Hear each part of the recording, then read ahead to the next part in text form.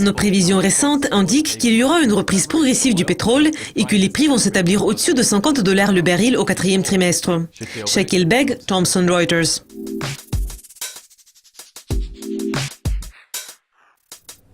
Les prix du pétrole ont bondi de près de 3% au début du mois, car les plus grands producteurs de pétrole, tels que la Russie et l'Arabie saoudite, avaient déclaré qu'ils avaient convenu de coopérer pour stabiliser le marché et donc de limiter la production.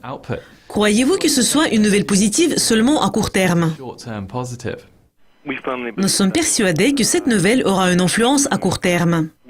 Nous ne pensons pas qu'il y ait des changements importants dans la politique d'approvisionnement après les réunions des producteurs en septembre.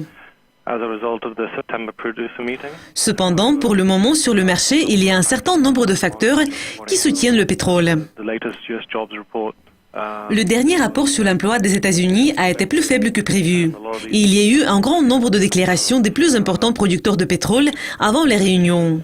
Tout cela a soutenu les fondamentaux du marché.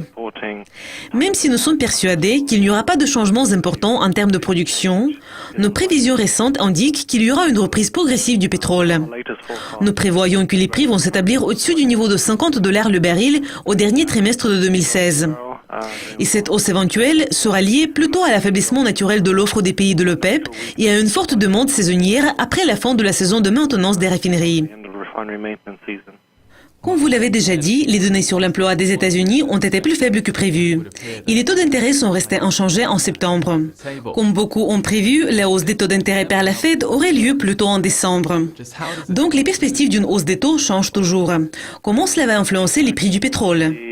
Ce facteur influence évidemment le pétrole, au moins à court terme.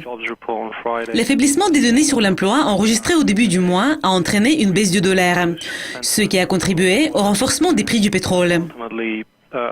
En général, l'affaiblissement du dollar soutient les prix du pétrole et les prix des matières premières labellées en dollars à court et à moyen terme. Ce que nous devons également prendre en compte, ce sont les réunions de l'OPEP et les discussions sur une réduction possible de la production de pétrole. Nous sommes toujours un peu sceptiques, mais pour le moment, il y a un certain nombre de données macroéconomiques qui fournissent du soutien au pétrole. Et pour conclure, quels sont les indicateurs clés qui pourraient influencer les prix du pétrole à court terme? Il faut suivre de près des publications des données importantes, telles que les données ISM et les demandes d'assurance chômage des États-Unis, les données du PIB et du PMI de la zone euro, et les données du commerce de la Chine. Ces données pourraient déterminer la direction des prix du pétrole.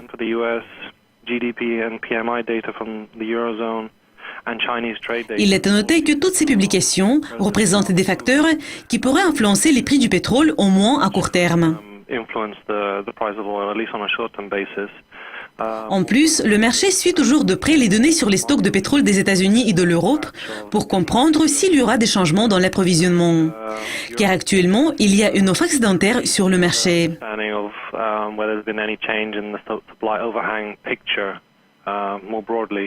Shakil, merci beaucoup. Restez à l'écoute de Lucascopy TV tout au long de la semaine pour découvrir plus de mises à jour. Au revoir.